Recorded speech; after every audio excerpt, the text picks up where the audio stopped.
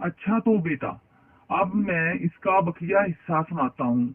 बच्चा लकड़ी को पकड़कर जब बाहर आ गया, किसान ने बच्चे से कहा वो इसके साथ घर चले और ये गंदे कपड़े बदल ले।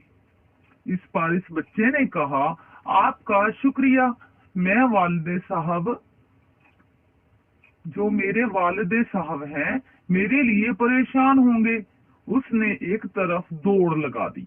अगले दिन एक शानदार बग्गी इस किसान के घर के सामने आकर रुकी। उसने एक बार जो पहले नहीं देखा हुआ था इंसान, एक बारोब शख्सियत बग्गी से उतरी, उसको देखा। उसने किसान का शुक्रिया अदा किया कि उसने उसके बच्चे की जान बचाई। उसे कहा, सुलह हो।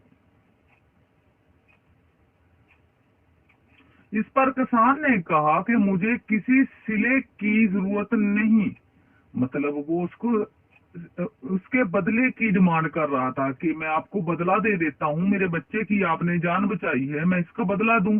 लेकिन किसान ने इनकार कर दिया कि मुझे इस बदले की जरूरत नहीं है।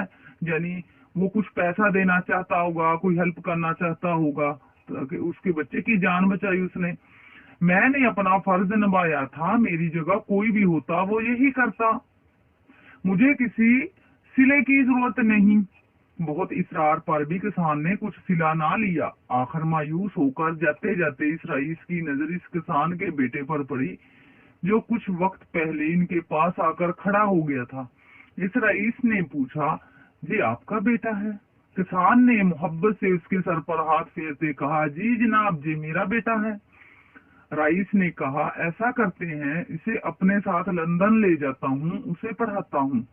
बेटे की मोहब्बत में किसान इस पेशकश पर राजी हो गया। उसका बेटा लंदन पढ़ने चला गया और इतना पढ़ा कि आज दुनिया उसे अलेक्जेंडर फ्लीमिंग के नाम पर जानती है। वो फ्लीमिंग जिसने पेंसिलिन इजाद की, वो पेंसिलिन जिससे करोड़ों लोगों की जान बचाई, वो रईस जिसके बेटे किसान ने दलदल से निकाला था, वही बेटा जंगे अजीम से पहले एक बार फिर अस्पताल में जिंदगी और मौत की कशमकश में था और इसी फ्लीमिंग की आजाद करदा पेंसिलिन ने इसकी जान बचाई। जो वो रईस जिसका नाम लॉर्ड वुल्फ चर्चिल और उसका बेटा विंस्टन चर्चिल था।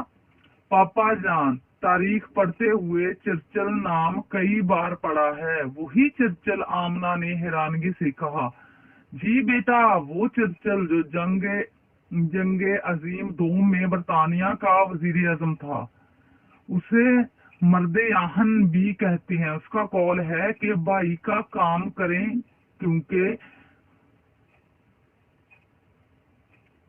उसका कौल है भलाई का काम करे क्योंकि भलाई पलट कर आपके पास आती है। पापा जान, ये स्टोरी तो बहुत अच्छी है, सिर्फ कुछ नाम मुश्किल है। अच्छा, ट्राई करूंगी, फातिमा ने कहा। बस फिर समझ ले, अगले संडे तक फ्लीमिंग और चर्चिल की गर्दान सुनेंगे। आमना ने कहा, कोई बात नहीं, ये अच्छी कहानी है, दूसरे बच्चे भी याद करें। इनके पापा ने कहा। सभी मुस्कुराने लगे।